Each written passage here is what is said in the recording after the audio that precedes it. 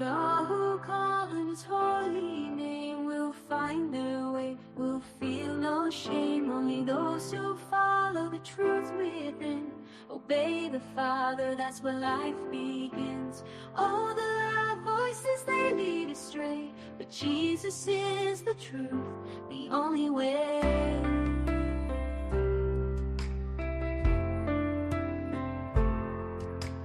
Enter through the narrow gate, for the gate is wide and the way is broad that leads to destruction in the false facade.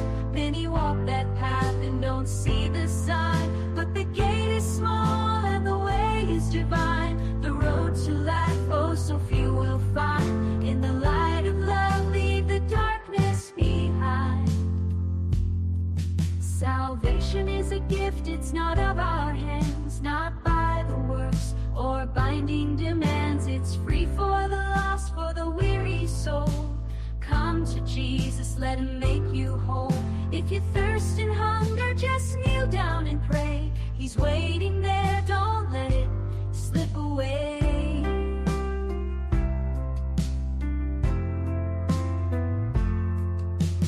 Enter through the narrow gate, for the gate is wide and the way is broad that leads to destruction in the false facade. Many walk that path and don't see the sign, but the gate is small and the way is divine. The road to life, oh so few will find. In the light of love, leave the darkness behind. Enter through the narrow gate, for the gate is wide and the way is broad that leads to destruction in the false facade. Many walk that path and don't see the sign, but the gate is small and the way is divine. The road to life, oh so few will find. In the light of love, leave the darkness behind.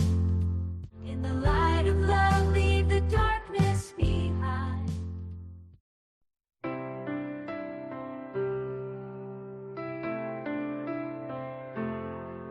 Not all who call on his holy name will find their way, will feel no shame. Only those who follow the truth within, obey the Father, that's where life begins.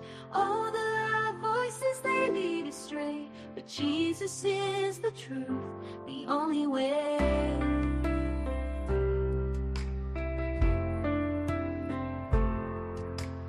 Enter through the narrow gate, for the gate is wide and the way is broad that leads to destruction in the false facade. Many walk that path and don't see the sign, but the gate is small and the way is divine. The road to life, oh so few will find. In the light of love, leave the darkness behind.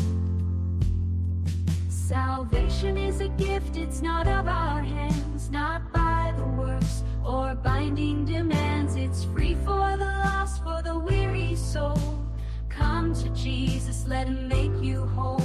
If you thirst and hunger, just kneel down and pray. He's waiting there, don't let it slip away.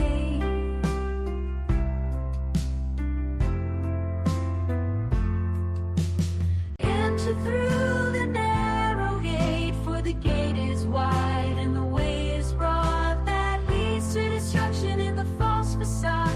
Many walk that path and don't see the sign, but the gate is small and the way is divine. The road to life, oh so few will find. In the light of love, leave the darkness behind.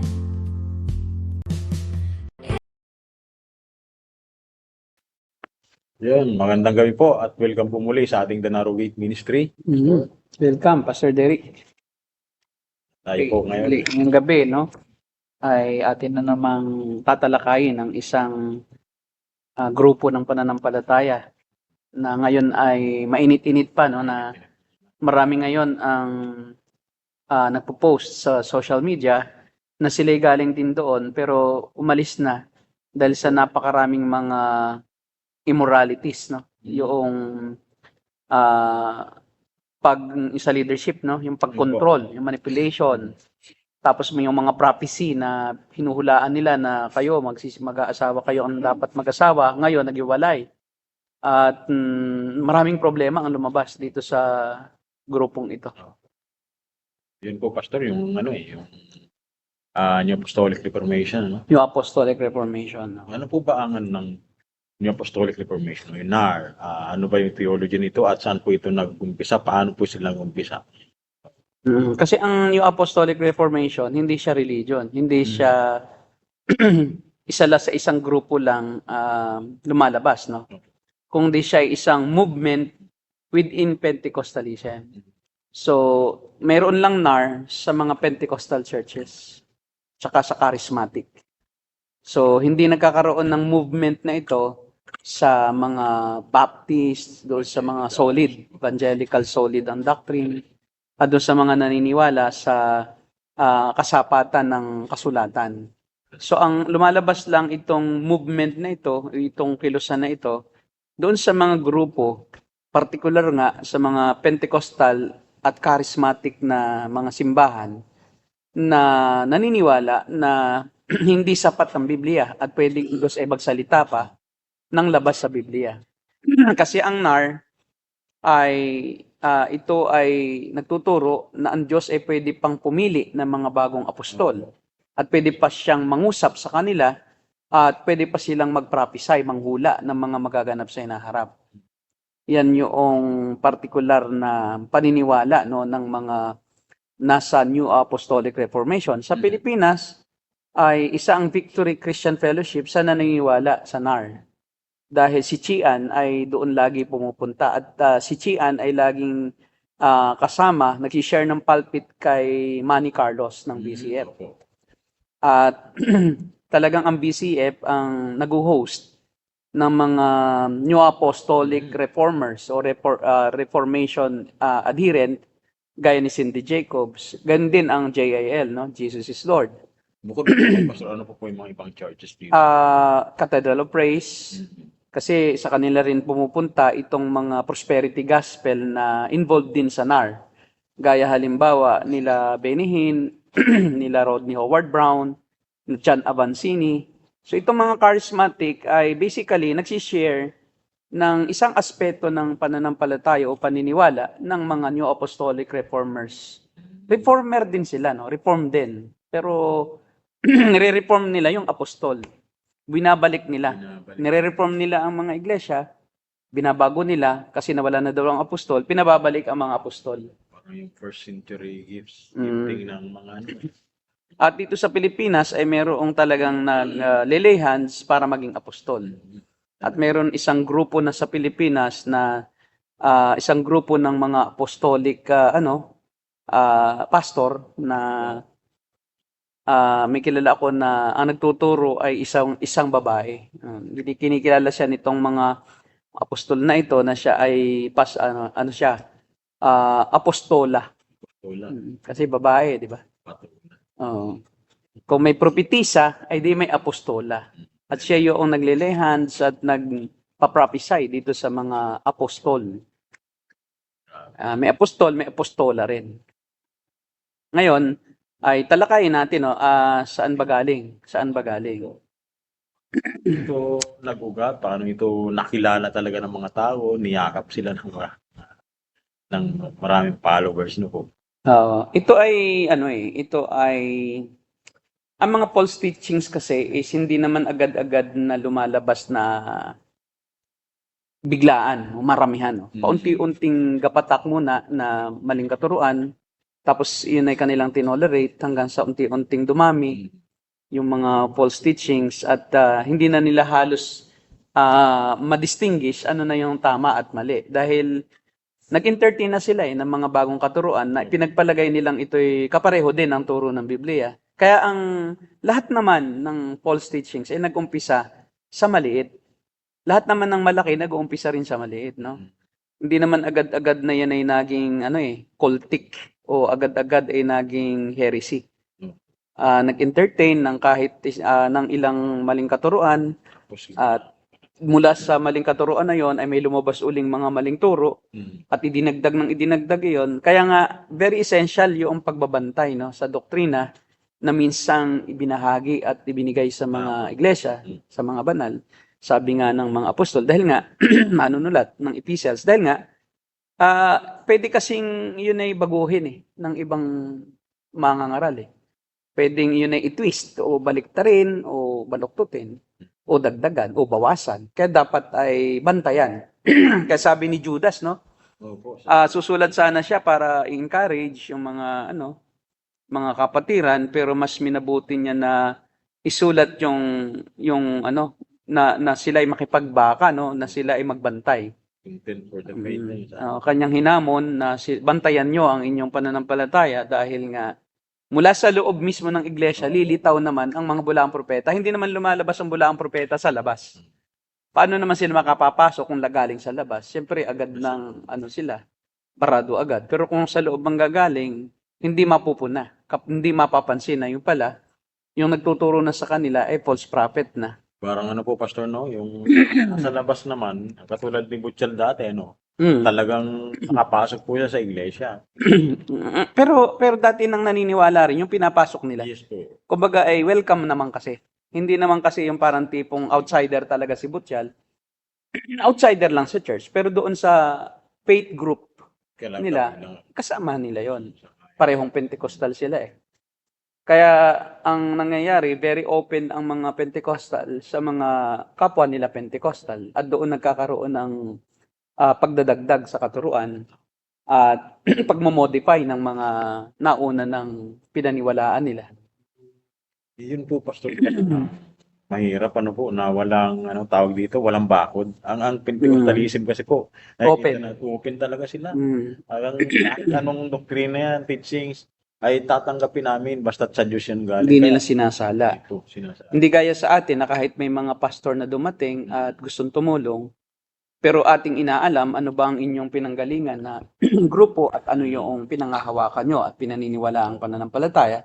Kasi pag magkaiba naman tayo tapos magtuturo tayo sa isang iglesia ng magkaibang doktrina, kalaunan ay magkakaproblema. Dahil magkaiba tayo, pareho tayo may authority, mahahati ang loyalty ng mga miyembro. So dapat sa umpisa pa lang ay linawin, ito bang aming saligan ng pananampalataya ay ito din ang inyong ituturo at ito din ang inyong tinatanggap o tatanggapin.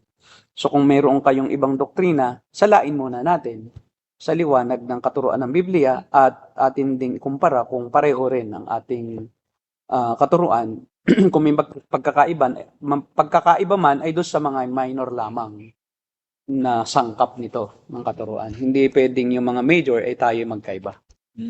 Pero bago po tayo magpatuloy, I think doon po sa teaching po, kahit na siguro doon sa mga minors, Pastor, pagka lalo na sa iglesia, kinakailangan talaga ay parang kung ano yung teaching talaga na ng pastor, head pastor doon, ay kailangan yun yung i-follow din. Kasi malilit yung mga meron po akong experience na ganyan na siyempre iba yung stand ko po sa pagdating po sa eschatology. Ngayon yung pastor na nag-preach ay hindi ko ina-expect na dadaanan po niya yung teaching patungkol sa last things. Ito pala yung kanyang doktrina. Nagulat ako doon, di mo na siya nag-preach. So naapektuhan po yung congregation. Mahalaga po pala yung ganun. Kaya kailangan na bago magkaroon ng worker ang isang iglesia, ay salain muna ang mga katuruan hanggang sa pinakamaliit at tingnan natin kung ano ba ang iyong pagkakaiba, anong turo ang iyong tinututulan sa turo namin at ano yung katuruan na pwede naming masabi na hindi namin pwedeng tanggapin dito sa iglesia. Kaya kailangan talaga na pareho. Kasi kung hindi, magkakagulo talaga sa iglesia katulad ng ating iglesia na tinulungan na nagkaroon na ng paksyon at ayaw na papasukin yung iba ang katuruan. Samantalang sila dati ay nagkakaisa. Ngayon, nagbukod na at sinasabing iba kayo, iba kami. Dahil nga magkaibang katuruan. Minsan kahit yung minor lang ay nagiging mitsa na magkaroon ng malaking problema. Kaya even yung minor dapat ay magkaisa pa rin. At mag-compromise na lang yung hindi pa kaya niya. Pero wala naman siyang authority. So Opo. you need to compromise kasi pag-aralan mo muna. Huwag mong salungatin ang katuruan noong mga senior sa iyo. Kumbaga para sa akin, ganun, sarilinin mo na lang. Mm.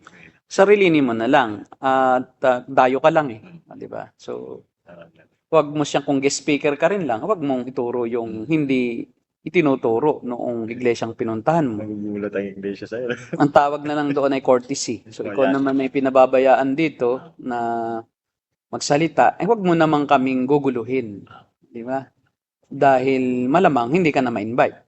Ganun talaga. Ulit. 'Yon.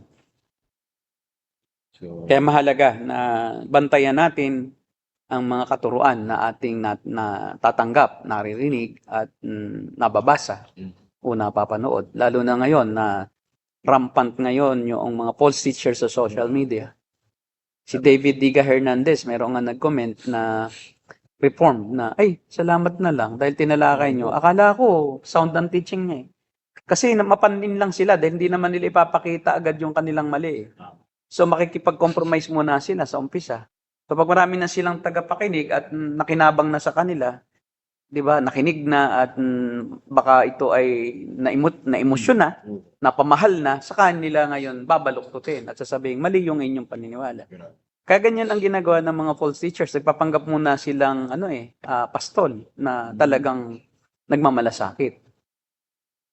Sheep sila in wolves wolves sila in sheep's clothing. So yung pala lobo nagpapanggap lang na tupa para pagkayo ang panahon na para sila ay Manila, syempre, saka sila aatake kasi aalis agad ang tupa pagka nagpakita sila agad ng tunay nilang personalidad eh. Pag lobo ka agad sa tingin nila, takbuhan 'yan. Pero magsuot ka ng damit tupa. At 'yun ang talagang taktika ng mga agaw, ng mga false teachers. Yung sa umpisa pa lang ay may layunin na kunin yung agawin yung authority ng tunay na pastol. ganyan din po yung talagang mga charismatic, Itong ganyan ang ginagawa po niya. Kaya ang NAR ay pumapasok sila sa mga Pentecostal charismatic. Hindi nila mapasok ang mga evangelicals na naniniwala sa infallibility at saka sa authority at sufficiency ng scriptures. Kasi ang pinaka dito is kung ang isang iglesia ay bukas sa pagbabago at ayaw na nilang manatili sa Biblia, naghahanap sila ng mga bago, mga fresh revelations, talagang i-welcome nila itong mga bagong apostol. Dahil sila ang pinanggagalingan ng mga fresh manna of revelation, sabi nga ni Kibuloy. Kibuloy po. Jardin po ang sabi niya. Fresh manna, meron siyang fresh manna of revelation. At ang mga gullible naman, ayan ang gustong-gusto, yung mga bago-bago, ayaw nilang manatili dun sa dati na. Huwag na daw sa luma na yun eh. At saka gusto nila yung emotional, ayaw nila noong doctrinal. Ayaw nila nung hindi nila nadarama ang saya. Gusto nila masaya lang. Yung feel na feel, yun ang gusto nila. Emote na emote. Bagay na bagay talaga sila ito, mga false teachers na i-feature natin. Yun, yung history nila, of course, nag-umpisa noong 1906 to 1909, yung Azusa Street Revival. Diyan nagkaroon ng tinatawag natin na revivalism, isang gathering ng mga naniniwala na mayroon pang yung continuation ng mga gifts of the Spirit. At doon sa Azusa Street ay nag-gather sila noong 1906 at ito yung mga naniniwala na muli daw ibabalik ng Diyos yung mga kaloob ng Espiritu Santo na particular unang-una yung speaking in tongues. So they sought to revive that gift of the Spirit that took place that was given during the Pentecost doon sa Acts chapter 2. At matagal na nilang ninanasa yan. Sana maranasan natin. So they were expectant. Ito'y grupo ng mga Methodist. Wala pa namang Pentecostal eh. So ito'y mga grupo ng Methodista na continuationist. They were open for the new outpouring of the Spirit At ang preacher na yan na unang nagturo na muling ibabalik ng Diyos yung speaking in tongues ay si Charles Parham, no? Ng Kansas, sa Kansas, taga Kansas. US. At siya din ang unang nagsuggest na ang speaking in tongues ay hindi kayang tanggihan na ebidensya ng pagbabautismo sa banal na espiritu. Wow. At nag-umpisa si Charles Parham ng Bible School sa Topeka, Kansas. At ang isa niyang estudyante roon ay isang African preacher na ang pangalan ay si William Seymour. Itong si William Seymour, noong 1906, ay nagpapastor na sa Houston, Texas. Ni-invite siya doon sa Los Angeles. So, invited speaker lang siya from Kansas, Topeka. At dahil narinig niya at natutunan kay Parham yung doktrina ng pagsasalita ng wika na maaaring ito'y muling bumalik, doon niya itinuro yun. Na ang pagsasalita ng wika ay ibabalik muli ng Diyos dahil yan ang ebidensya ng bautismo sa Espiritu. At pagkatapos ng 2 sermon ay yung mga elders ng church ay pinigilan siya sa pagpangangaral dahil nag-disagree sila sa kanyang pangangaral. So nagkaroon ng kaguluhan kasi yung mga Methodist nung unang panahon is very very conservative. At cessationist. Ang nangyari ay si Seymour tumigil nga sa pagpipreach sa church nung pagkakaroon muli ng speaking in tongues. Nag-Bible study naman na hindi alam. So yung may mga sa kanya, yung parang nakisimpatize na siya ay pinatigil, in-invite siya sa bahay. Charles, si William, pwede ka namang sa amin, mag-Bible study. So, welcome siya. Doon siya nag-umpisa. Sa isa sa mga members ng kongregasyon na nag-invite sa kanya. At pagkatapos noon ay nag-relocate sila sa iba-ibang mga bahay at ilang linggo pang nakaraan, nagkaroon na ng grupo na nag-umpisa na silang magsalita ng wika. So, hindi mismo doon sa church na iyon nagkaroon ng speaking in tongues, kundi sa mga bahay-bahay na. Parang pinaalis na po sila. Pinaalis siya kasi. So, siguro na saktan, sabi niya, pagsasalitain ko nga itong mga membro nito ng speaking in tongues para patunayan kung totoo to. So, nasaktan siya at nag-Bible study ng palihim. Kasi bawal yun di ba? Pag membro ng ibang tao, ba't mo naman Bible study, membro ko yan. Kaso, masyadong subtle ang kaaway. Di ba? Marami tayong karanasan na Bible study mo, mamaya Bible study ng ibang born again. Tapos ayaw ka nang papasukin, di ba? Ito yung mga nangyayari na walang tawag dyan, walang church ethics. Yeah. Walang church ethics. Dapat may etiquette din ang mga pastor. Na pag member ng iba, wag mo nang turuan. Maliban na lang kung false teacher yung nagtuturo. Ano yan At gusto noong tao na magsaliksik. Pero kung pareho naman kayo ng katuruan, pareho naman kayong evangelical, magkaibigan naman ang pastor, wag mo nang tangatangayin. Susulutin pa Susulutin yung sulutan system yun, di ba? Pero ang alam ko pong pastor sa atin sa evangelical system, wala naman ganyan. May mga ethics naman ang mga pastors. Ang karamihan po pastor kasi sa mga Pentecostal churches yan Kasi yung mga pastor dyan, basta lang sila ay nilagay na pastor. Hindi naman talaga sila nag-aaral ng ganong pastoral ethics. Kaya sila talaga po. Hindi educated. Kaya sila ay as the spirit leads. Yun. Pero emotion yung nagli-lead, hindi naman spirit. Spirit. Ang totoo yun, as the emotion leads, hindi naman spirit. Kasi kung spirit ang nagli-lead, ba't magulo? Ang Diyos, Espiritu ay ayaw sa kaguluhan. Kaya nga ang isa sa kanyang mga symbolism, may Holy Spirit ay yung kalapati. Di ba ang kalapati pag magulo, umaalis? Pag ang kanyang amo, lagi nag-aaway, hindi yan matatagal doon sa tabi ng bahay. Lilipad yan, laalis na siya. Hahanap ng ibang amo. Gusto niya ng payapa. Kung yun nga ang symbolism ng Holy Spirit, yung dove, bakit tumang ito ang ingay? So, hindi Holy Spirit yon. Aalis ang Holy Spirit kung talagang di ba? Maalis. Maalis kasi sa kanila O, di ba? Sa atin hindi. Kaya pala naman po umaalis yung Holy Spirit. Yun. Kaya may ganong katuruan. Kasi dove siya. Pag magulo na, aalis na siya. Balik na lang ulit. Problema, sila yung inaalisan. Babalik uli pag tahimik na. At yun ang problema. Ngayon ay nag-Bible study siya sa bahay-bahay at habang kumakalat ang balita tungkol doon sa pag nakapagsalita kasi sila ng ibang wika, na kasi naging emotional pinaalis kami. Tapos nagkaroon na ng medyo iringan kasi ba't kayo wala na sa church? Ba't tinanggap niyo yan? So naging emotional na.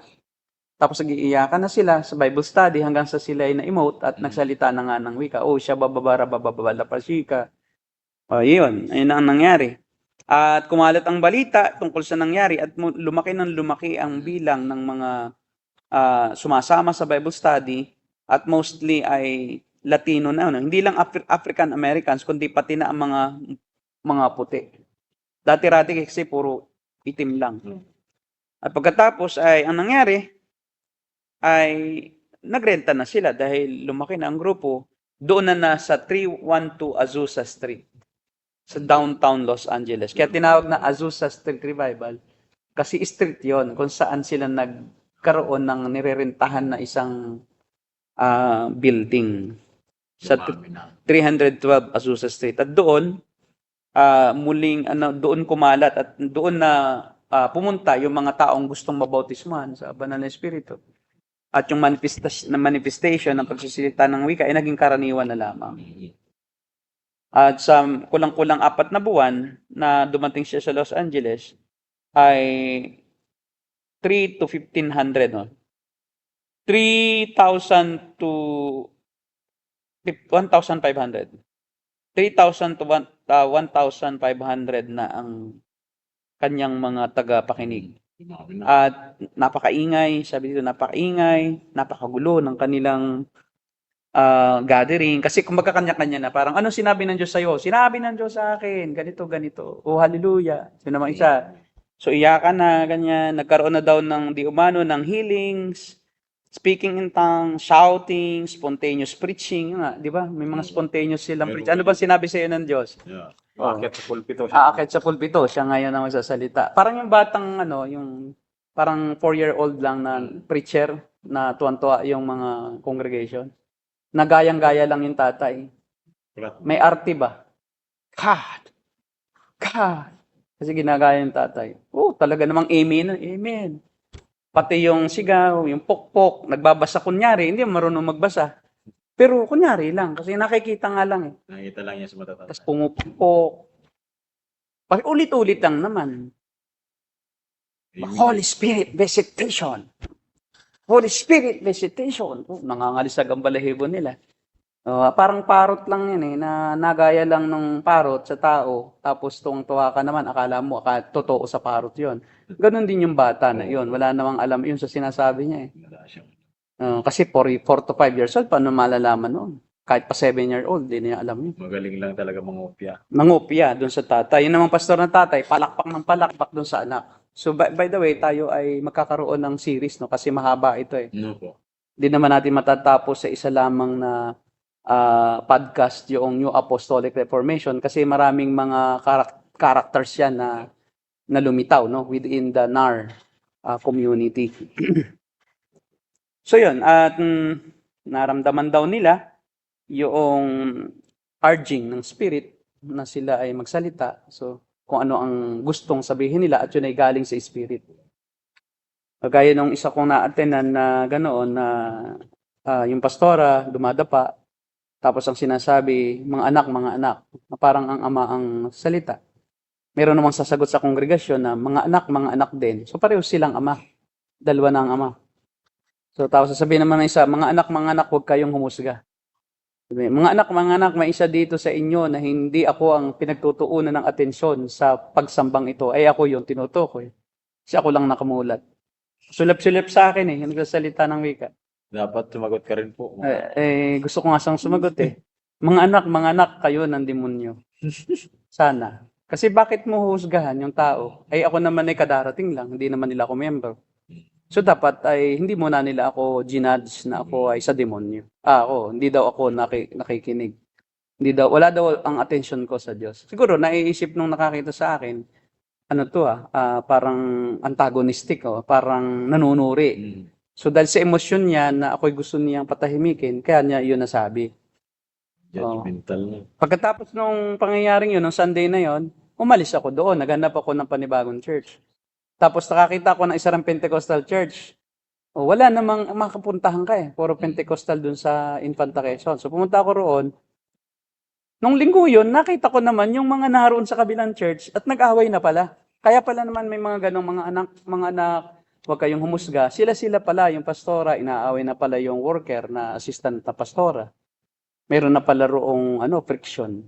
Tapos nung hapon, dumating sila dun sa bagong church. Na malapit lang din doon sa church nila at may kasamang pastor. Tapos sabi ko dun sa pastora, sino po ba yung mga yan? Ay, membro dun sa kabila. Oo nga po, nakita ko yan nung Sunday dun sa kabila. Ano pong ginagawa? Napapaampun na ngayon. At yung pala nag-away-away na. Sabi ko, huwag niyo pong ampunin.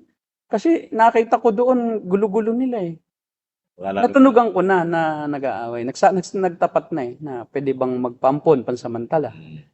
Ay sabi ko, pinayuhan ko, wag po. Kaya hindi nila inampon. Ang nangyari, sinalo sila ng isa ring Pentecostal na pastor na galing sa ibang lugar. At nagtayo sila ng church na panibago at nilalabanan naman nila yung kabilang church. So, nangyari, nagkahiwa-hiwalay din yon dahil nag-away-away din yon. Nag-away-away din. Tapos ngayon, yung pastora na isa, ay nagtayo na rin ng kanyang sariling church sa kanyang sariling bahay. At yung pastor, nagtayo rin ng sariling church. Naghiwalay din sila. At napakagulo ng mga churches sa Infanta Quezon. Kaya nakakalungkot, puro Pentecostal at Bapticostal. Bapticostal. Baptist nga ang pangalan, Pentecostal din ang practices. Pentecostal tugtugan. Meron lang isa ngayon na si Pastor Nathan na International Baptist. Bible Baptist International Bible Baptist International baliktad BBI. Ayun yung nakikita ko na sound naman ang kanyang pagtuturo. Pero sa ngayon, ang mga nakikita ko roon, mayroong nagtuturo doon na pastor siya, pero ang Pilipinas ang Ophir. Dito daw kinuha ang gold ni Solomon. Pero Ophir yan. Pastor pero Ophir yan. Tapos ay si Marcos daw talaga ang tagapagligtas.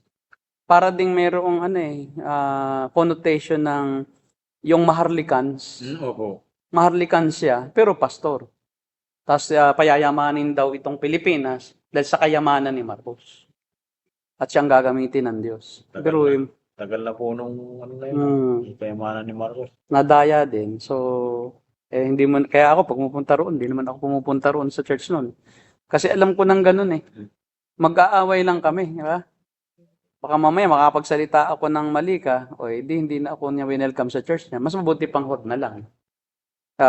See to it that you will fellowship with preachers and ministers that are also holding sound doctrines as you hold, as you are also espousing. Because if not, ay mag-aaway kayo. Mas maganda, ikaw na lang ang makadala kaysa ikay madala nung mga maling doktrina. Huwag ka na lang makipag-fellowship kung mahina ka pa kasi anuhin ka Maakay ka. At mula noon ay nagkaroon na ng tinatawag na yung revivalism. Unti-unti na. At si Seymour ay nag-publish ng iba-ibang mga testimonies sa kanyang newsletter. May newsletter siya, The Apostolic Faith. Wow. At yung nag-participate doon sa kanyang revival sa Azusa Street ay nagpatotoo na sobra daw emosyon, Emotion mounted higher and higher and the glory of God settled on Azusa Street. The fire fell and God sanctified me. Wow. Bumagsak ang apoy at ako'y pinabanal ng Diyos. The power of God went through me like thousands of needles, sabi ni Florence Crawford.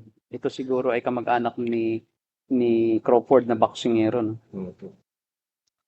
Bista rin si Billy Crawford. Sabi niya, the power of God descended upon me and I went down under it. I have no language to describe what took place, but it was wonderful. Para nawala sa sarili.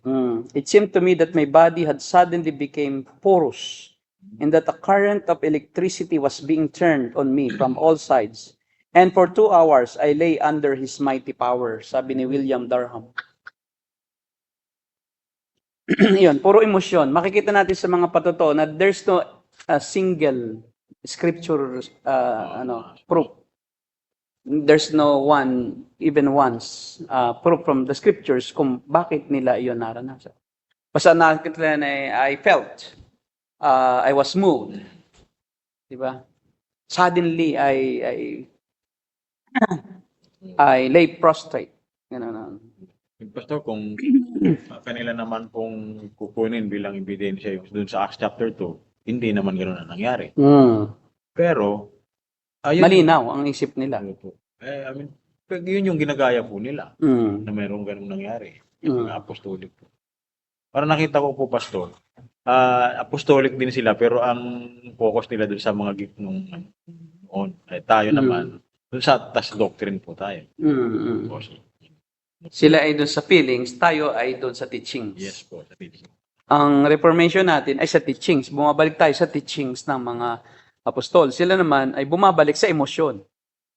Na hindi nila alam kung yung talaga ang naramdaman ng mga apostol. Kasi yung emosyon, wala kasi siyang evidence. Wala kasing maisusulat na emosyon. Pero yung teachings, may maisulat. So may evidence yun. Kaya mahirap wala talaga po, Pastor. Kasi pwedeng emosyon mo, ikakaiba sa naramdaman ko sa parehong panahon na may nag-preach. Hindi naman pwedeng pareho ang ating nararamdaman. So, subjective siya. Yun ang iyong pakiramdam. Pero kung teaching, hindi siya subjective. Kasi objective siya. Kasi mayroong natututunan tayo pareho na alam natin na totoo.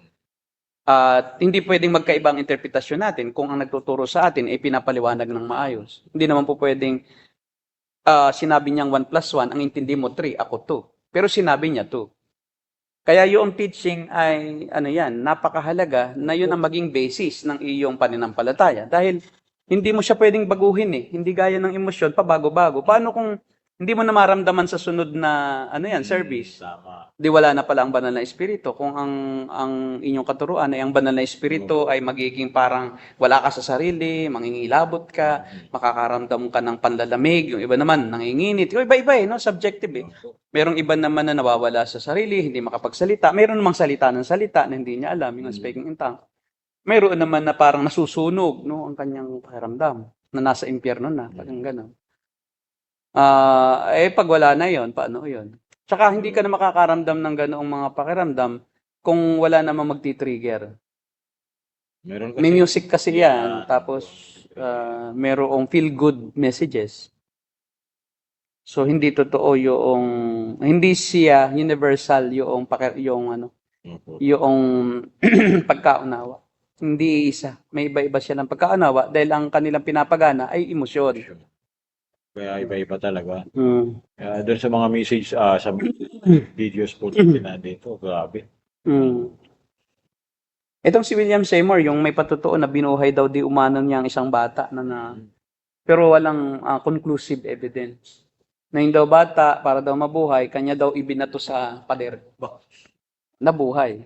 So, yun ay sabi-sabi lang kasi wala namang conclusive evidence, wala namang picture, wala man lamang medical examination sa bata kung talagang totoong patay na o baka may himatay lang yung bata. So, pwede kasing sabihin mo ng isang bagay ay totoo pero walang ebidensya. So, mahirap siyang patunayan.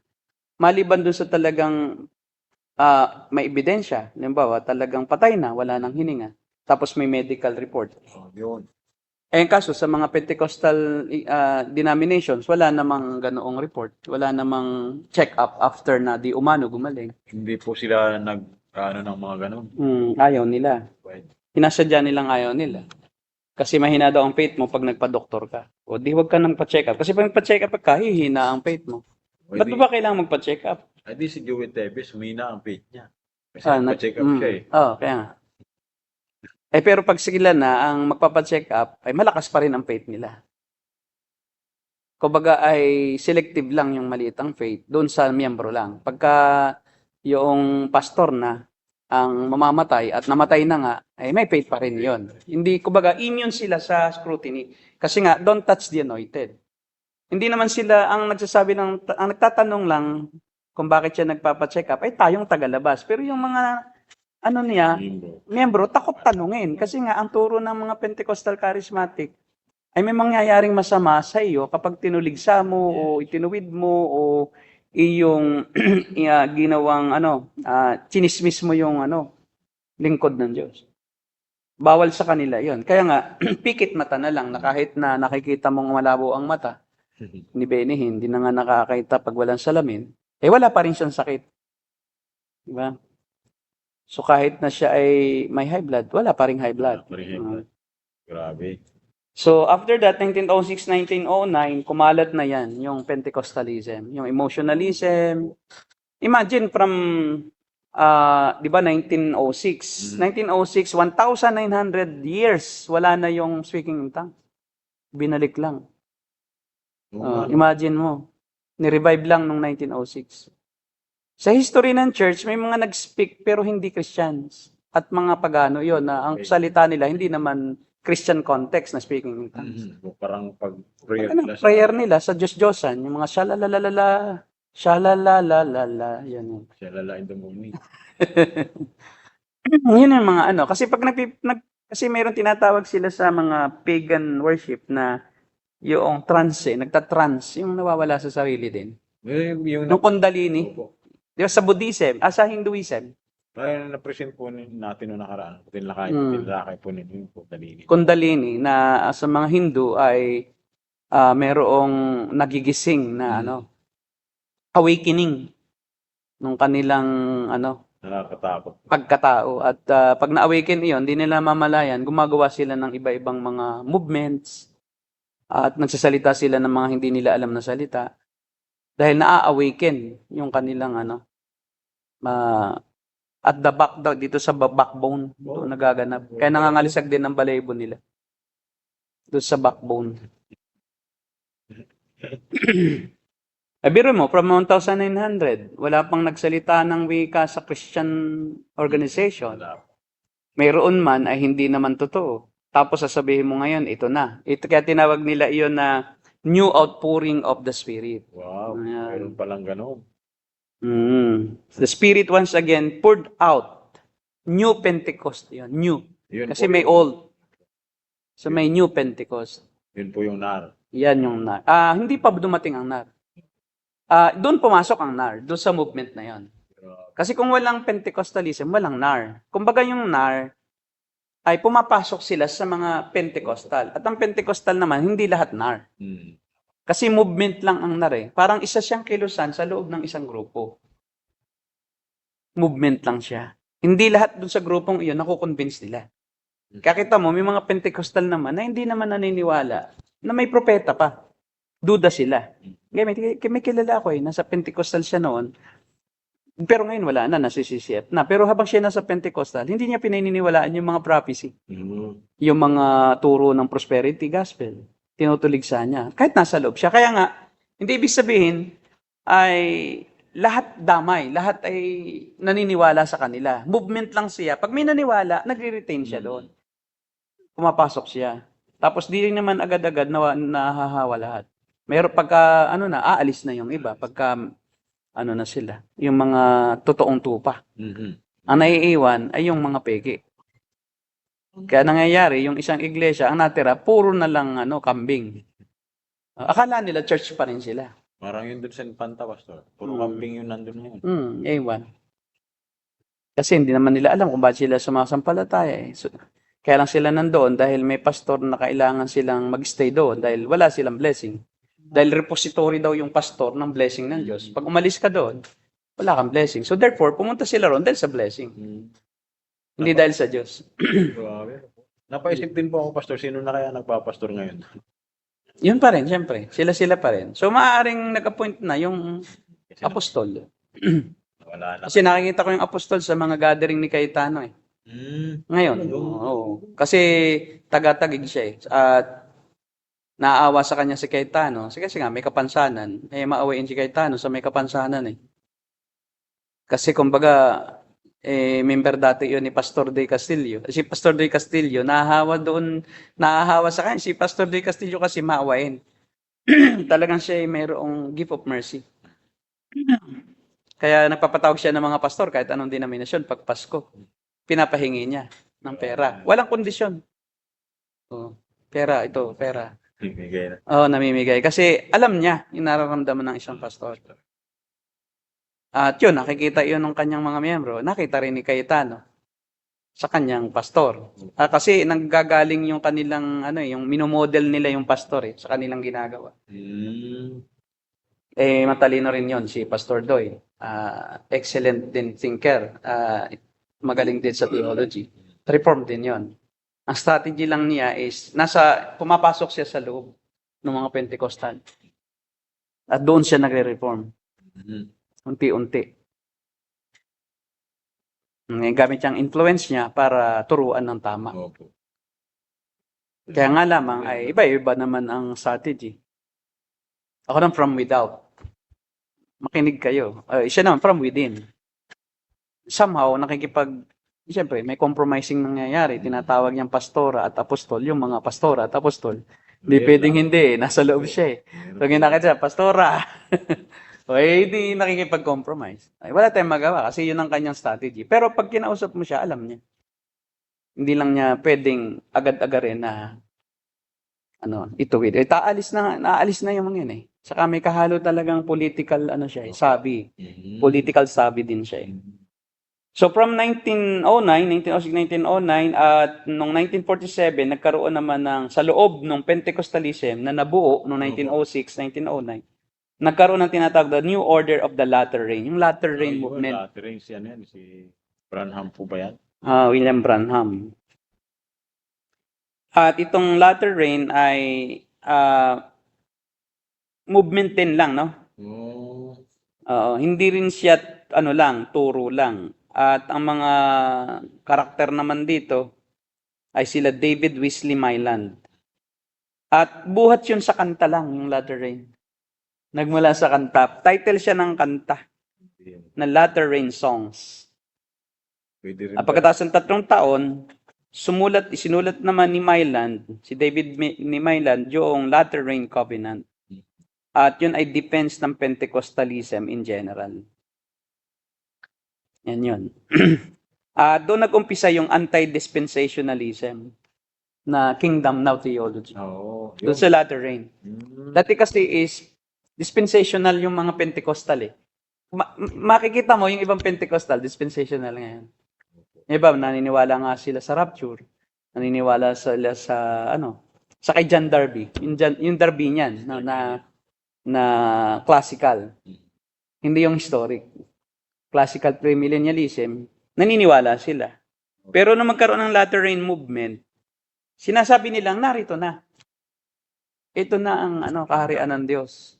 Kingdom Now. At inilipat na ng Diyos sa church ang mga pangako sa Israel. Yan po yung pastor ni Peter Wagner. Preaching. Yan ang preaching niya.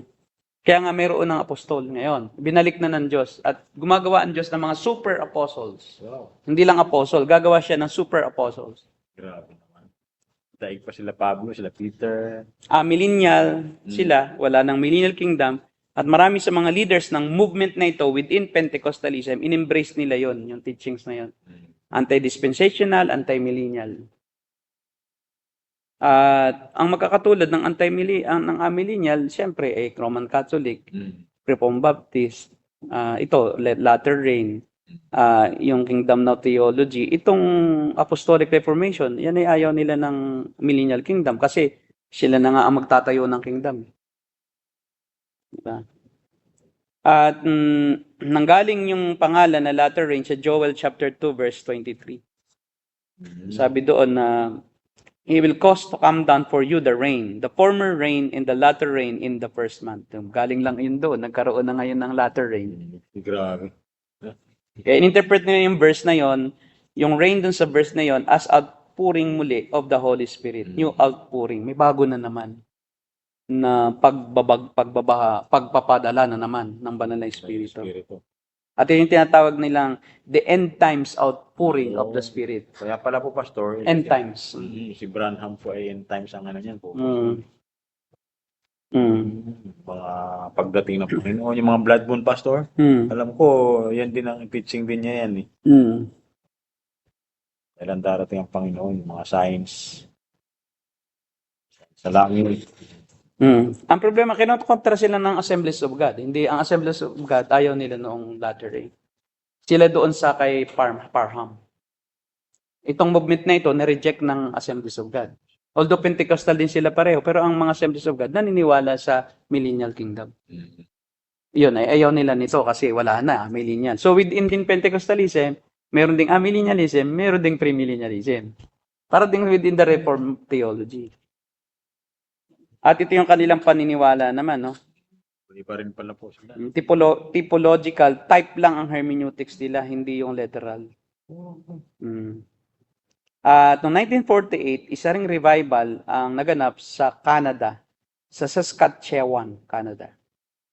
At doon kinlarify yung teaching ng latter rain.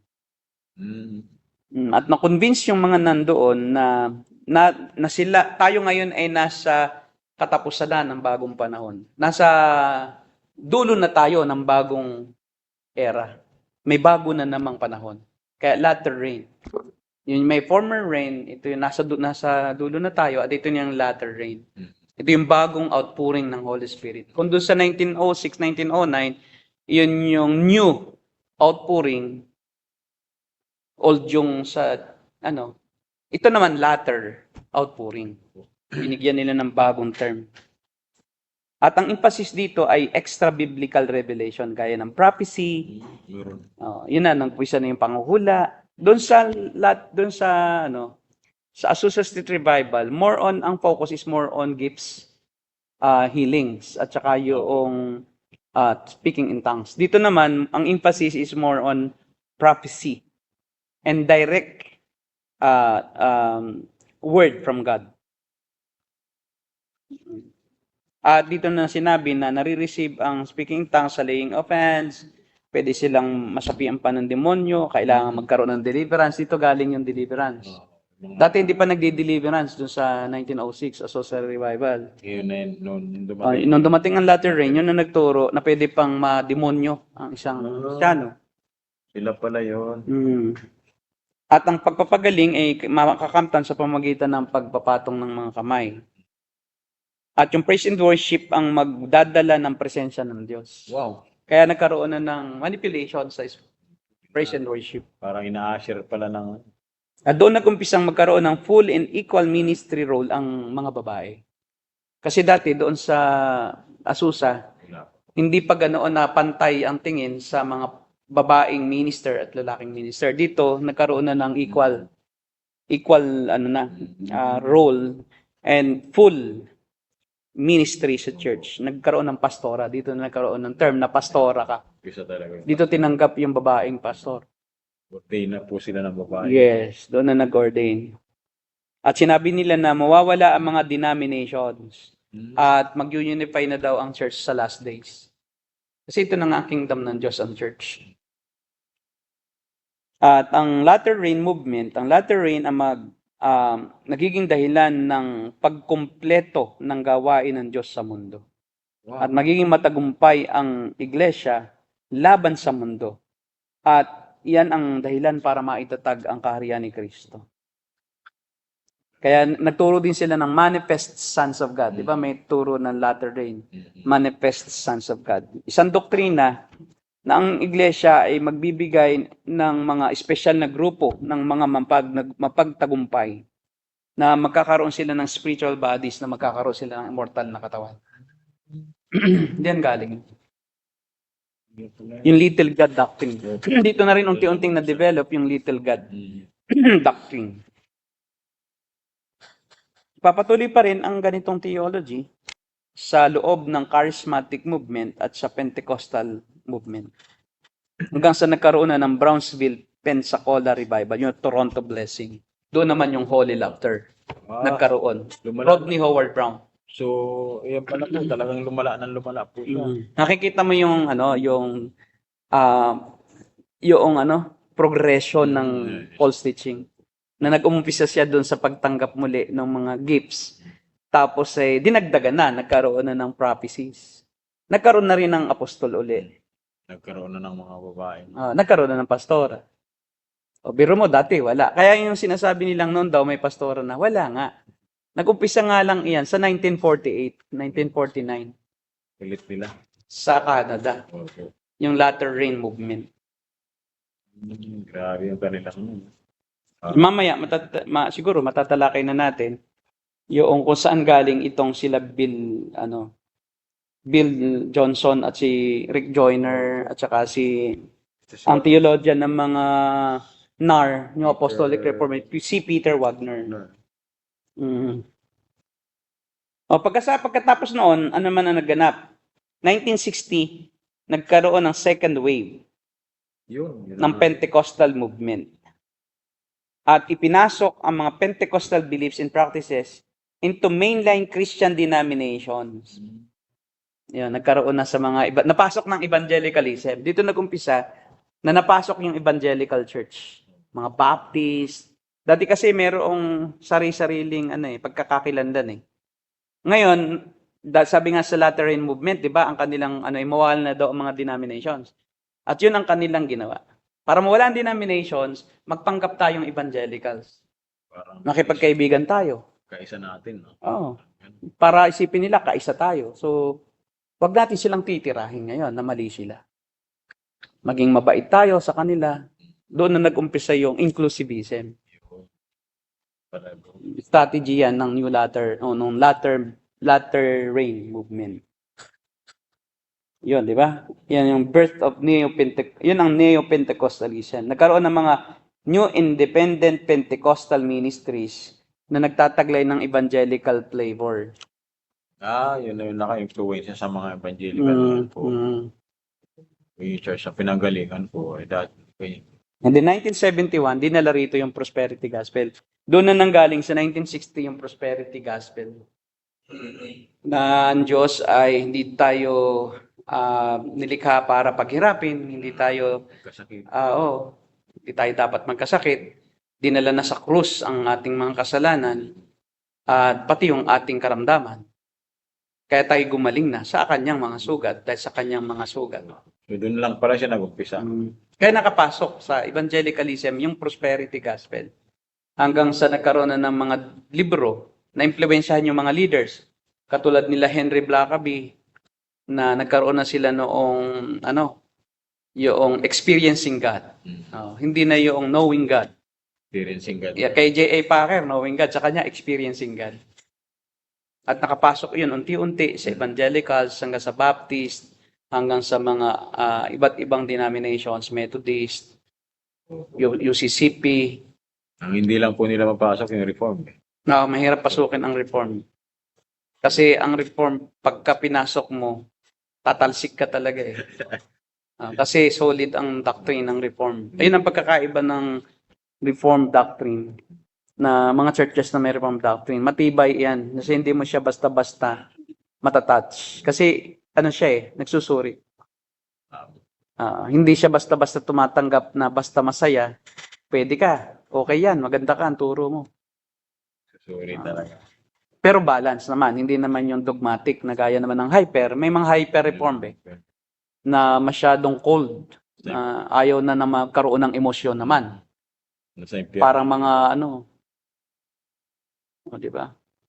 Pag hindi ka kasama nila, sa impyerno ka na. No, sa impyerno ka, wala kang kaligtasan. Pag hindi rin katulad nila ang eschatology mo, importante yun. In the way may kinalaman na sa soteriology.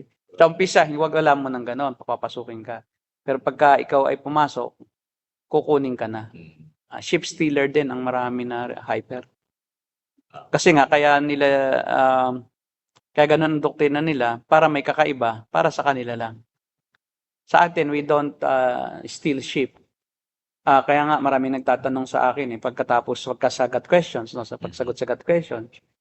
O kaya sa God Questions Facebook page, may mga magme-message na, meron po ba kayong mga mairekomenda na churches sa bandang diyan sa Makati? Nagre-research ako ng mga churches kahit na hindi reform, at least wala namang iba, mga evangelical na alam kong matino.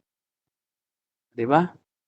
Mga Bible Church, may Baptist Church na matino, Southern Baptist, yung katulad ng GCF, Conservative Baptist. So, I still find them na sa major as teachings, pareho. Hindi katulad po nung, dito ka na sa amin. Dito lang at tayo. Yun. Sorry. Kahit malapit dito, Opo. Eh, hindi pa rin sila pipilitin. No? Kung Pero- gusto nila na maghanap pa rin, diba? Quezon City lang naman sila. Pero naghahanap. Pero gusto nila Quezon City. Hindi ko sinasabing, bakit Quezon City ka pa? Ang lapit na ng Manila. So, ang ginagawa ko, dinadala ko doon. Sa meron akong, yung Reform Baptist, nagdadala pa rin ako doon ng mga referrals, ng mga nirefer ko. Tapos yung hierarch, yung Christian Church, yung Reform. Tapos kahit yung maliit na churches, ini-endorse ko rin. Hindi lang yung malalaki. CCF, pag talagang malapit lang daw sa work niya, talagang andoon lang naman. Bakit? Di pwede ka naman sa CCF. Kaya lang, be alert ka. Dapat ay mapagsuri ka lang. Yes. Kasi kahit naman sa angkan church kahit naman sa atin, kailangan suriin din nila yung doctrine natin. Kasi baka mamaya ay, malay mo, baka tayo may nasalitang mali. So, malaya naman silang mag-scrutinize, magsuri. At kung talagang mali, baguhin natin.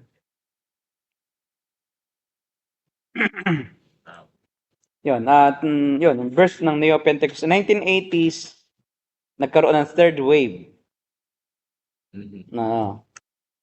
ng Pentecostal revival sa North America at nagkaroon na ng offices ng prophets and apostles. Dati walang office, parang ministry lang. Ministry lang. Ngayon itinatag na nila yung office, mas mataas na sila kaysa pastor.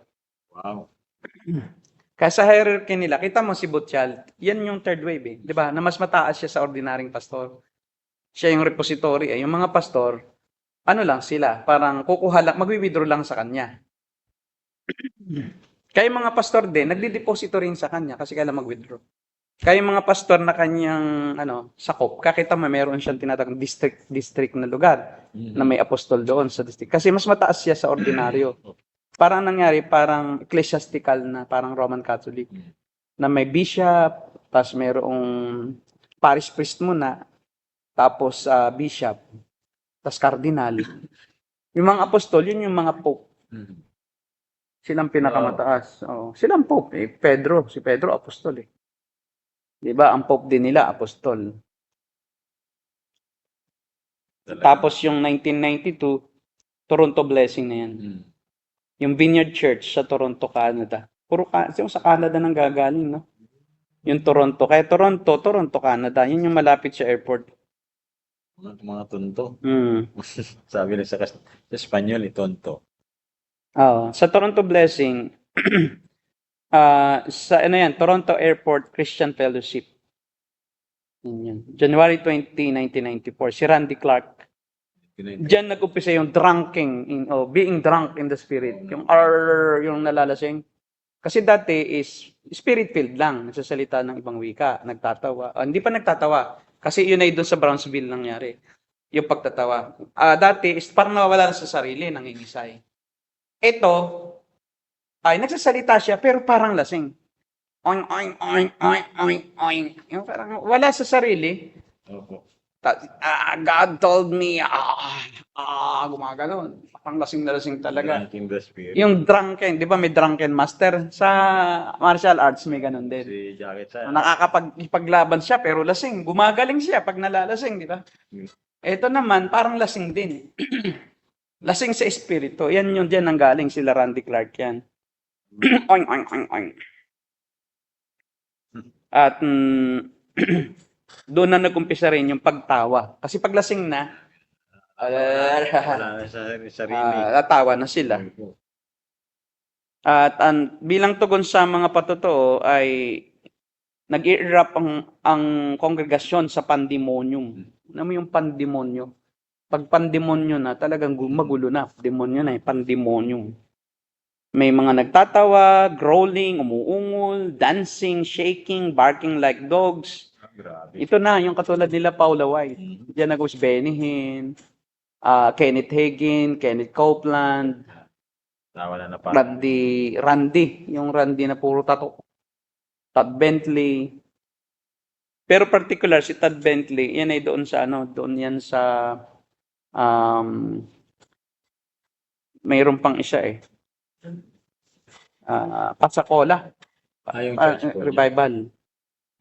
Pensacola. Pensacola. Revival. Nagtara siya galing. Wait lang, meron yan. Si John Arnott, si John Arnott, pag pinakinggan mo, yung pag nagpe-preach.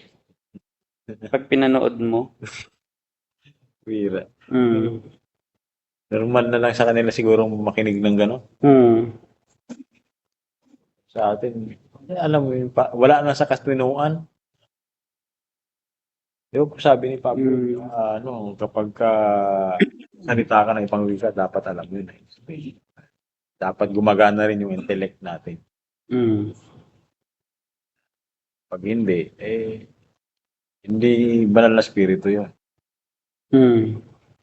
Tapos, prior yan, ay nagkaroon muna ng Lakeland Revival, si Todd Ayun. yun, noong 2008. Pagkatapos ito, rather. Lakeland Revival, 2008, sa Lakeland, Florida. Ang kanyang ministry, yung Fresh Fire Ministry. Wow. Todd Bentley. Ito yung pag nagpagaling, may tinatawag siyang anghel na ang pangalay Emma. Si Emma. Angel Emma.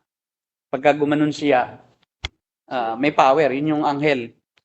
Kanyang ibinabato si Emma. Babae pala. Babae. Angel. Lady Angel. At ito yung issue ngayon nangyayari. Na itong si Todd Bentley, ito ay in-appoint nila Bill Johnson. Na Bill Johnson, ni Rick Joyner, at inampun nila yan. Inampun nila. Tapos naniwala sila na si Todd Bentley ay talagang may power at saka talagang sa Diyos. Puro tattoo yun eh. Tapos nagkasala si Todd Bentley, hindi nila sinaway. Bagkos kanila uling ni-restore. Pero hindi nagbago. Oo. At ito yung pinag-uusap-usapan na kasi lumabas sila noong 1994, pagkatapos ng Toronto Blessing, noong 1994, lumabas si Peter Wagner. At si Peter Wagner ang siyang naging dahilan upang magkaroon ng organizational structure na ang mga apostolic ministers. Siya yung bumuo ng umbrella na dito ma-identify na ito na yung pinakang hierarchy within sa Pentecostal charismatic apostles.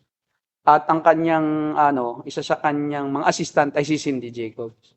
Si Cindy Jacobs ay kanyang assistant yan. Na si Cindy Jacobs ang humula na si Eddie Villanueva ay magiging presidente. Hindi naman nagkatotoo. Na hindi naging totoo. At si Peter Wagner ang nag-disciple kay Bill Johnson. Product niya si Bill Johnson at saka si Chian. Si Chian ngayon naman, sa Pilipinas, ang siyang naglelehan sa mga gustong maging apostol. Si Chian. Doon sa nakita ko na video rin, si Chian, parang inanoint niya si Todd Bentley. Ay, si Todd Bentley, inanoint nila. Kaya nga si Todd Bentley, inampun itong mga nar. Inampun siya nila, kasi nagkaroon ng revival di umano sa Lakeland, Florida, kung saan naroon si Todd Bentley. Doon daw nagkaroon ng parang mga miracles, healings, dumagsa daw ang mga tao roon. Nagkaroon ng mga supernatural na mga himala. Supernatural miracles. Tapos kumalat iyon at nabalitaan nila at tinanggap nila na yun ay movement ng Diyos, Holy Spirit. At kanilang in-endorse si Todd Bentley. Kaya nadamay sila lahat dahil sila lahat ang naglehans kay Todd Bentley. Si Rick Wagner, in-anoint niya si Bill Johnson. Tapos si Bill Johnson, saka si Rick Wagner, inanoint si Chian. Tapos silang tatlo, si Rick Joyner, ang magkasama si Rick Joyner at Peter Wagner. Originally. Tapos si Bill Johnson. Yan sila mga super apostles. Tapos yung mga inililihans nila, yun lang mga apostles, maliliit na apostles. Common apostles. Sila yung mga super. Sila yung mga nagtatag ng apostol. Kaya super. Napatay na rin naman, no? Patay na si Peter Wagner. 2016 namatay na siya. Atake sa puso. Yun, di niya hulaan. Hindi niya nahulaan kasi prophet siya eh. At tanda ko, nung ako ay mga 19 years old, mayroon akong libro na Peter Wagner. Yun ang gamit-gamit ko. Kaya ako ay influenced ni Peter Wagner nung ako ay Pentecostal charismatic. Kaya ako ay naniniwala na pwedeng akong magimala. At kaya nga isang araw, dahil sa aking kababa, yun ang dala-dala ko, yung shepherd staff. Shepherd staff. Na yung libro na kulay itim ang pabalat, tapos mayroong tungkod na pastol. Nakakita rin po. Oo, yun ang aking ano noon. Yun ang aking talagang pinanggagalingan ng doctrine. Doon ako natuto. Tapos kaya yung mga prayer sa mga may sakit, doon galing yun, yung practice ko na yun. Tapos may nadaanan ako isang araw, nagmi-mission ako. Hyper ako eh. Lahat ng naroon, pwede akong magpatigil ng ulan. As long as you have faith. Pwede kang gumawa ng pagkain. Pwede kang magpadala ng pagkain sa iyo ang anghel. Basta may faith ka. So, may nakita kang bayabas, ito yung padala ng anghel. Pa-imaginein mo na lang, lahat ng pagkain mo makikita, dala ng anghel. Pero hindi naman totoong may anghel.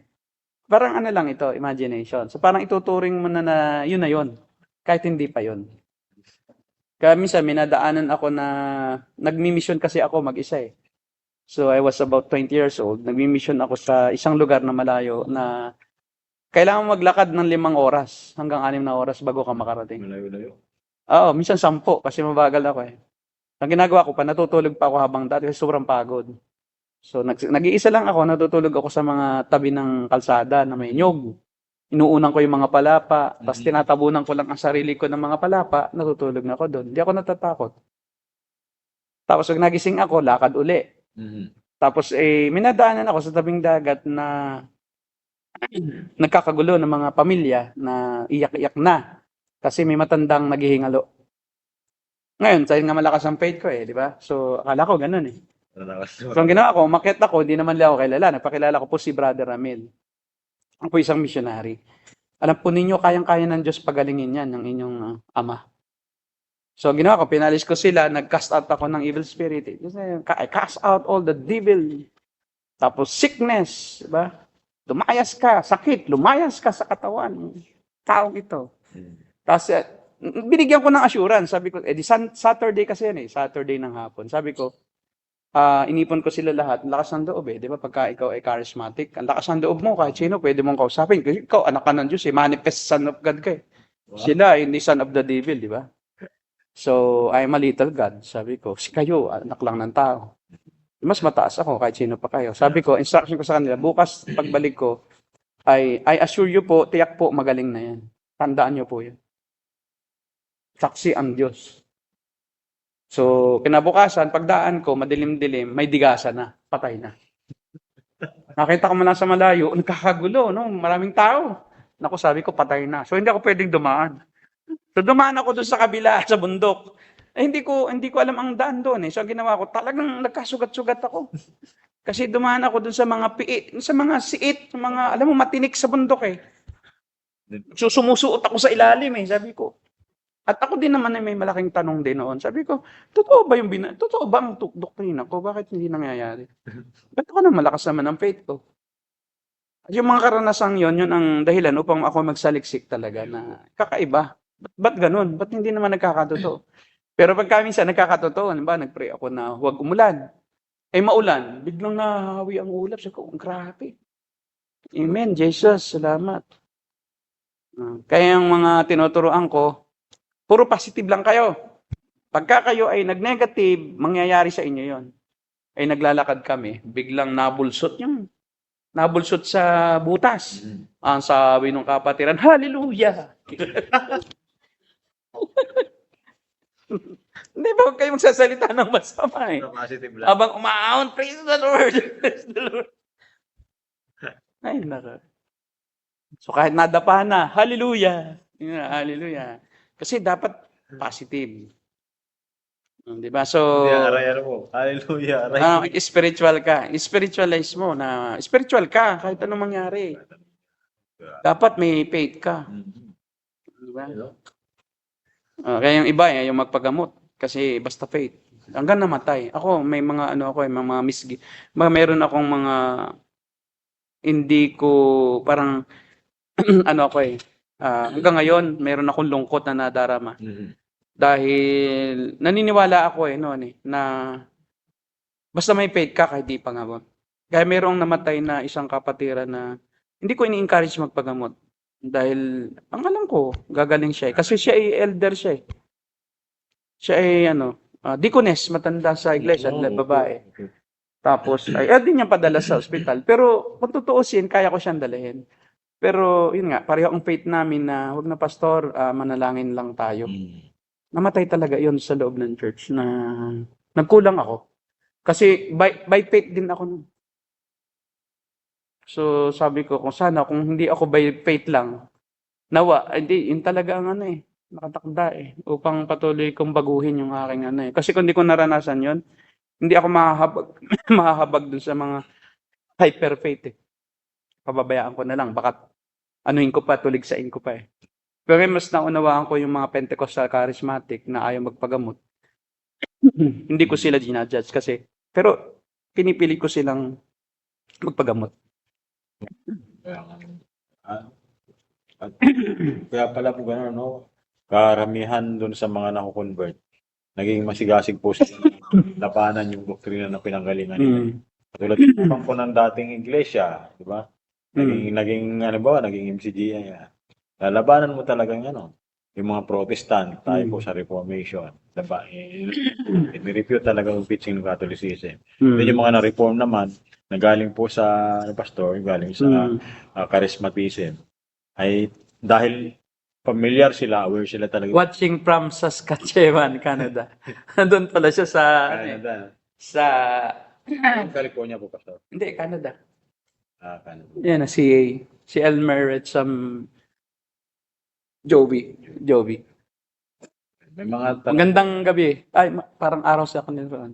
Salamat sa Panginoon at kayo ay nandito. Ebenezer Medina. Si ano to? Si Pastor Medina. Pastor Medina. Noong 1970, umatin po kay Benny Hinn. Pakibasa daw. Gusto ko magtanong po. Noong 1970, umatin po ako kay Benny Hinn, Cruzada sa Luneta Park. Mayroong nangyari po sa akin na hindi ko may paliwanag kung anong power po yun. May ano pa sigaw? Ni P. Sigaw. Hindi natin kilala si P. Sigaw eh. Opo, totoo po na may mga nararamdaman dahil ang tawag po diyan ay mind conditioning. Ako rin po noon ay may nararamdaman na agad kahit wala pang ginagawa si Benny. Kasi nga, meron kasing kaugalian o mind setting na si Benny, pag kanyang inano yung kanyang yung winagayway, yung kanyang Amerikana, ay natutumba. So kaya nakaredy ka na. At saka talaga may mararamdaman ka kasi emotional at saka talaga namang pinapa-emote. May music, may makabagbag damdaming musika, may mga magagaling na musicians. Tapos ang sinasabi lahat at saka ang technique ni Benny Hinn, alam mo yung parang mysterious ang salita, di ba? Yung parang saka yung sounds niya, no, parang pag gumanon siya, ang sounds niya mayroon talaga background na may background na parang punibre. Pag siya ay biglang gagalaw. Tsaka may mga galaw siyang ang tawag doon ay planned gesture. Hindi siya spontaneous. Alam mo kasi yung spontaneous gesture na hindi niya alam na ginagawa niya. Pero siya is praktisado siya kung ano yung gagawin niya. Yung kanyang pag-asta. Na parang mayroon siyang yung parang si Goku. Yung Kami Hawi Wave. May ganun yan eh. Pag gumanon siya, tutumba yung mga tao. So talaga pong magbibuild na tayo ng expectation eh. Dahil once bumilib ka sa isang tao at kaya ka nga pumunta roon para maranasan mo, yung emosyon mo is nakahanda na siya. Ang isip mo nakahanda na. Ang tawag doon, mind conditioning. Kondisyon na ang isip mo na makakaranas ka talaga ng mga kakaibang karanasan. At naranasan ko rin yan. Pastor, pero ang karanasan ay hindi po katotohanan. Hindi po ibig sabihin naranasan mo maganda, masaya. Totoo na. Kailangan yung karanasan mo ay ayon sa salita ng Diyos. Ang problema, wala pong karanasan na ganyan sa salita ng Diyos sa sinasabing pag nakinig ka sa isang pastor ay ikaw ay mabubuhayan at namamatay nga si Yutiko nga nakatulog di ba? Hindi siya nabubuhay, hindi siya buhay ang diwa. Talagang nakakaantok. Sa mga ganyan, hindi ka aantukin kasi may mga miraculous na expectation na pero dinagdagan po niya yung tanong niya eh. Oo. Pakipost nga, Brother RD. Gusto ko po sabi niya, sarili kong sigaw ni Pastor Benny Hinn. Yun na nga. Sabi niya, here goes binato niya sa hangin. the anointing. Parang ibinato niya. Kami Hawi po yun. Kami Hawi shout. Ang tawag. Mga 50 meters away sa kinaroroonan ko. Paghagis niya, nang sigaw na, "Here goes the anointing." Ay tinamaan po ako ng power na parang nilukuban ako ng malakas na tulak at bigla. Ayan po. Grabe. Kami-hawi nga po yan. Kay Goku yun eh. Kay Goku. Wala po yun. Kahit ano pa yung naranasan mong ano, laging susunod. Pagkatapos noon ay si Peter Wagner, noong 1995 nagkaroon ng God TV. God TV. God TV, isang global television network na pinopromote ang teachings ng NAR. Na-establish ito at now reaching 200 nations. May God TV pagkain na ng. At yun ang nagpo-promote ng NAR teachings. At kasama sa mga NAR teachings, kasama sa mga NAR teachers, yung founder ng TBN. Di ba? Halo na yung NAR teaching, saka Little God Doctrine. Si, TBN basta yung CBN Asia, kanila rin. CBN Asia, kanila din. Subsidiary lang nila yan. Saka 700 Club Asia. Subsidiary ng 700 Club US. Kumbaga, local equivalent. Parang gotquestions.org sa Amerika, God Questions Tagalog sa Pilipinas. Network siya. So, ang nangyari is, kumalat ng kumalat ang NAR teachings. Hindi na nga alam ng iba na ang teaching nila ay galing dyan eh. Kaya pero pag nagtuturo kayo na may apostol, nagtuturo kayo na may mga fresh revelation, yan po ay galing sa NAR. Nagaling sa pinanggalingan, Azusa Street Revival. Doon po nagmula talaga. Doon nagmula. Ngayon, yung Lakeland Revival, kaya naging maintriga nung ampunin kasi nila Bill Johnson, at saka nila Rick Joyner, itong si Tad Bentley. Tad Bentley ay, ex-convict talaga. Multiple counts of sexual assault bago siya naging minister. Talagang siya mayroon ng history ng sexual assault. Yung ibig sabihin, ng rape talaga yan. Grabe. Ngayon, naging Christian ko, at nag-travel, nagkaroon siya ng healing and power ministry, power evangelism, at na-invite siya doon sa Lakeland, Florida. Ng 1 week, sa loob ng 1 week. Nag-revival at nag-stay siya roon for over 4 months.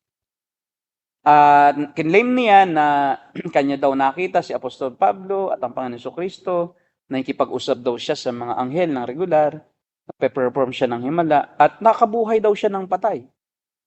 Yun ang claim niya. At dahil doon ay dumami ang kanyang mga kasi alam mo ang tao, ang gusto ay yung may mga himala eh. Opo. Gusto nila yung parang may makikita silang kakaiba. Mystical ba? Hindi nila alam, mga Israelita nga, kitang-kita na nga nila ang himala ng Diyos, di naman naligtas eh, di naman sila mampalataya. So it doesn't mean na pag nakita mo ang himala, ay yun ang magiging daan para ka manampalataya. Hindi. Ang mga Israelita, lahat ng pinagpapatay ng Diyos eh. Yung mga nakakita doon sa haliging apoy at haliging ulap, for 40 years, pinatay muna sila. Hindi sila mamatay. Kasi dahil sa kawalan ng faith. Hindi ibig sabihin, nasaksihan mo na yung himala, magkakaroon ka ng faith. Kaya yung hinahanap nila na mga himala, akala nila, yun magiging sanhi ng faith. Hindi naman. Lalo ngang nawawala ng faith eh. Kasi ang hinahabol lang nila, yung result ng himala. Not the, maker of miracles. Not the source of miracles. But the miracle itself and the fruit of the miracles. Yan. So, ngayon, nagkaroon na ng problema ang NAR ngayon at nagkakagulo sila ngayon. At talakay natin yan next week. Tinalakay natin yung history. Ang Lakeland Revival, naroon sila si Chian, John Arnott, Bill Johnson, and Rick Joyner. Naroon sila. Sila actually ang nagre-revival doon. Wow. Revivalist. At kinumisyon nila si Bentley at in-endorse ang ministry. At sinabi ni Peter Wagner, I take the apostolic authority that God has given me and I decree to Tad Bentley, your power will increase, your authority will increase, your favor will increase. Your influence will increase, your revelation will increase. Yun ang problema. Dinikri nila si Tad Bentley. Si Tad Bentley, noong August 2008, nag-resign siya at in-announce niya na siya magkikipaghiwalay sa kanyang asawa. After just less than 2 months. Yun, nagkamali siya. Nag-divorce sila at ang ginawa, ni-restore pa nila. At hinayaan nilang mag-asawa ng bago. Tapos muli na namang nag-tour si Bentley, nag-preach sa South Africa, in Pakistan, at muli na naman siyang nag-sexual assault. Hindi nagbago. Kahit saan siya pumunta, may sexual misconduct. Pero patuloy nilang inaampon. Kasi nagkamali na sila eh. Kumbaga kasi, walang discernment yung mga yan eh, yung mga prophets na yan. Basta nakarinig ng bago-bago, may himala, Yun na yun. yun na yun. At saka, ini-endorse na nila. Kita mo sa mga Pentecostal churches na maliliit. Pagka may bisita ng mga pastor na hindi, kahit di nila kilala, pag sinabi na nagpakilalang pastor, Pastor, pwede ka bang mag-speak next Sunday? Ito rin yung katangian ng mga super apostles na nakita lang nila na malaki ang ministry at di umano may narinig silang mga miracles na wala namang evidences, inanoint na nila. At doon sila nagkamali. Ito yung nagpabagsak sa kanila actually. Noong kanilang i-commission si Todd Bentley. Siyempre, pag ikaw nag-commission, damay ka sa lahat ng gagawin nung kinommission mo.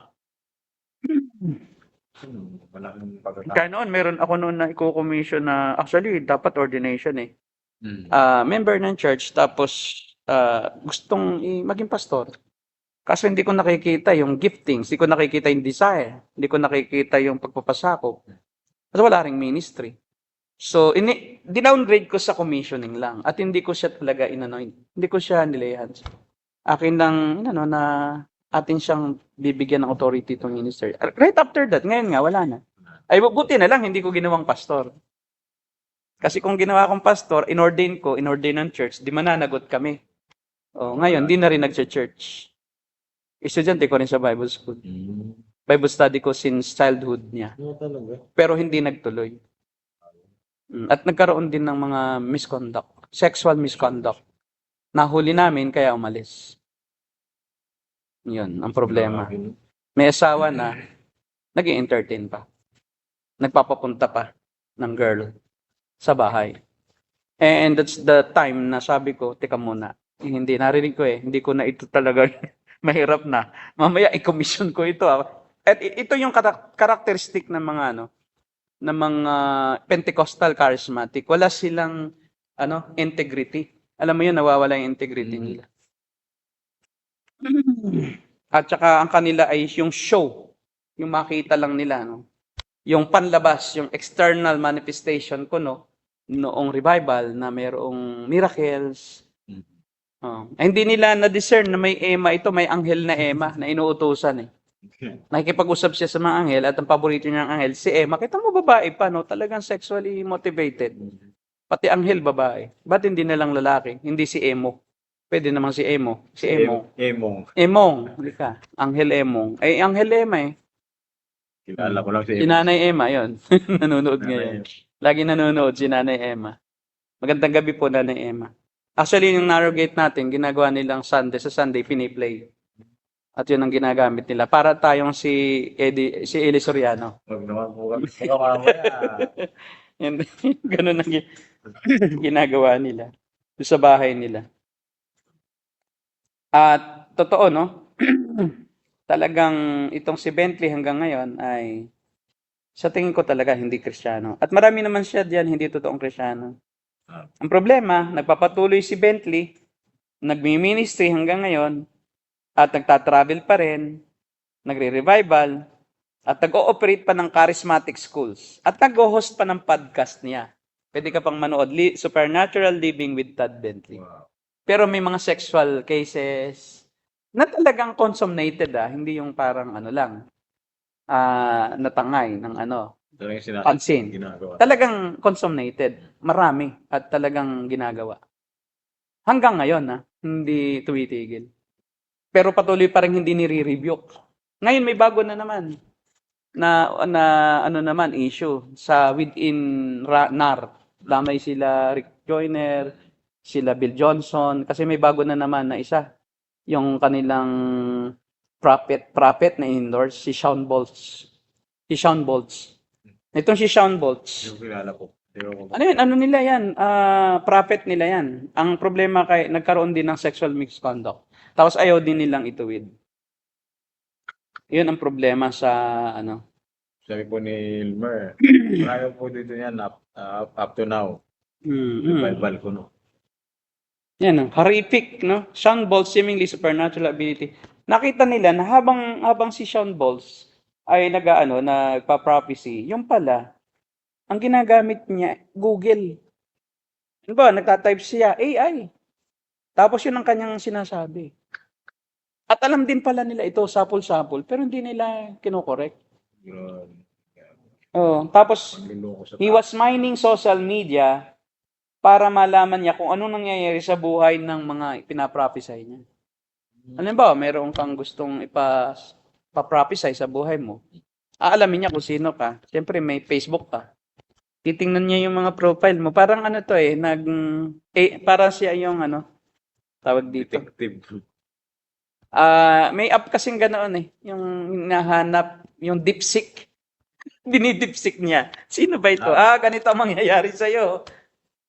Kaya hindi ako naniniwala sa ganyan kasi ilang beses akong pinrapisay 3 beses lahat mali. Ang unang prophecy sa akin, ako daw ay babalik sa ibang bansa. During that time, hindi pa ako nakarating sa ibang bansa. O, di mali na.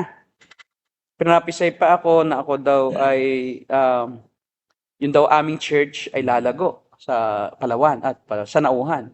At nakita daw nung nagpa-prophesy ako at yung senior pastor ko, na nangunguha kami ng mga buko, ang daming bunga.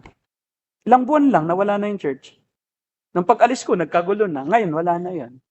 Yung mismong church na itinayo ng pastor ko, na tinulungan ko siya, nawala. Nagkawatak-watak. So, false prophecy. Tapos may isa pang false prophecy na ito naman ay Baptist na nagsasabi na hindi daw ako magiging pastor. Pastor na ako. Hindi lang pastor. Teacher. Di false prophecy. Patay na yon. Siya namatay na. Namatay na. Maraming mga narinig pa akong ibang prophecies sa iba-ibang mga tao na nasaksihan ko na sinabi nila doon.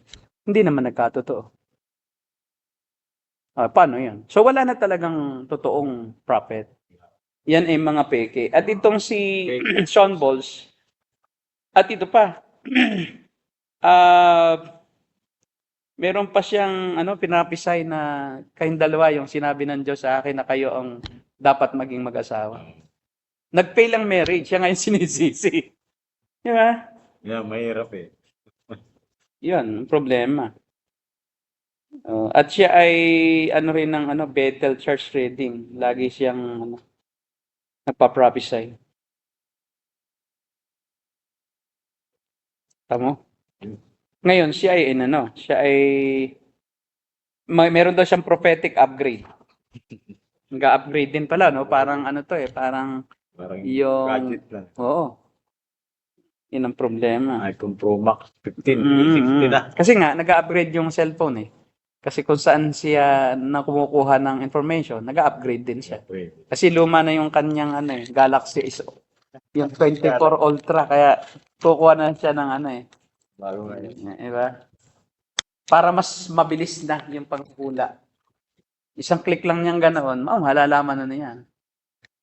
Madam Oring Ang sa kanya si Winger Tapos meron pa siya ngayong allegation ng sexual deviancy. Parang bading ata. Bading ito, si Bowles. Kasi nahuli siya na naglalakad siya na butubad at nagpe-perform ng sexual acts sa kanyang sarili sa harap ng mga lalaki. Bading. May pagkabading. Yun ang kanyang allegation. Na nag-perform siya ng sexual acts sa kanyang sarili sa harap ng lalaki. Ibig sabihin, bading siya. Ba't niya ginawa yan? At ang sabi doon ay, ang behavior doon na yan ay hindi naman consensual. Talagang abuse. Talagang pinapakita niya hindi gusto nila. Pinapakita niya sa mga church, ministers, sa mga workers. Employed din niya. O kaya employer. O nagbo-volunteer sa ministry. Biruin mo. Bading ka pala nandiyan. Yung sabi nga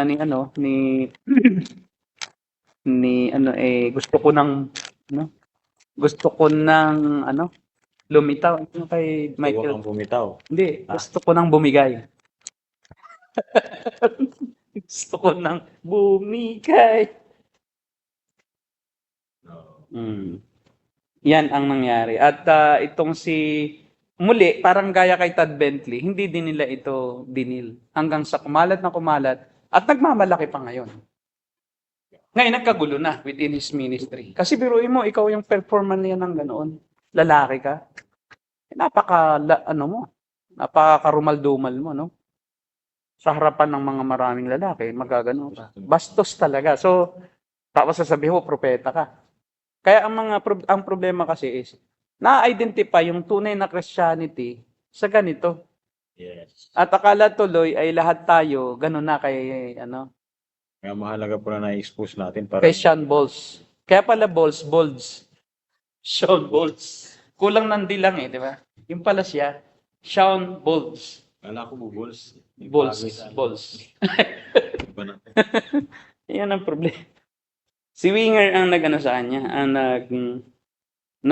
at marami nang umalis. Ngayon, nagkagulo sila. Kaya lang, kahit sila ay ganito pa rin naniniwala pa rin sila. Sabi nila, ayaw lang namin doon sa tao. Ang totoo, kaya kayo nagkaganyan, hindi lang mali yung tao, kundi ang mali yung turo. Magpakailanman, hindi matatama yung mali. Pag umpisa ka mali hanggang dulo. Parang burda yan yung souls, yung pagka nagtahi. Ano ba, minsan minsan yung iyong botones sa liwa. Pag hindi mo itinama yung una, hindi mo mapipilit hanggang dulo yan. Ganon din yan. Pag mali ang turo mo sa umpisa pa lang, hindi mo matatama. Laging buhol yan. Mali. Kaya dapat ibalik mo. At itama mo sa umpisa. Yan ang dapat. Bumalik ka sa basic at itama mo, alisin mo yung excesses at tunay kang magsisi. Tama.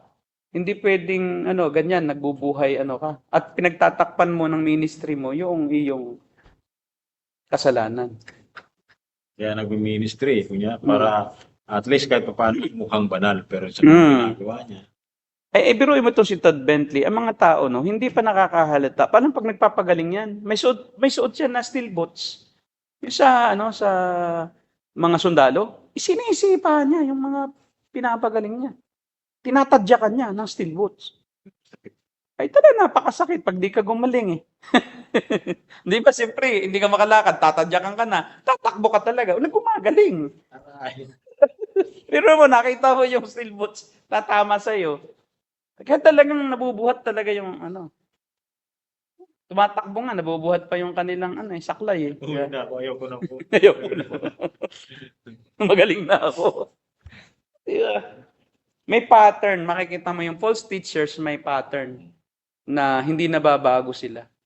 At ang gusto lang nila ay hangaan sila, dumami ang tao, magkaroon ng maraming tithes and offerings, sumikat sila, at sila'y sambahin ng tao. Yun ang gusto niya. Yun ang gusto ng mga false teachers. Yun ang motive talaga. Magandang gabi, Pastor Homer Pajaro Sustino. Yan. So yun po, siguro po ay nasagot naman namin ang inyong mga tanong at sa amin pong second installment, atin nang ipapakita yung mga videos ng mga sinasabi naming katuruan nila. Kasi ngayon, amin lang sinabi yung history at yung ilan sa kanilang mga ginagawa at paniniwala sa salita. Pero next week po, papanoorin na natin yung mga videos nila. At tingnan natin kung talagang tama yung aming conclusion na sila ay mga false teachers and false prophets. Thursday po, Pastor. Thursday po pala next week. Hindi. Hindi next week, Thursday. Next, the other day. Okay po. God bless you. See you on Thursday. At kami po ang The Narrow Gate and we are the Cult Busters. God bless you all.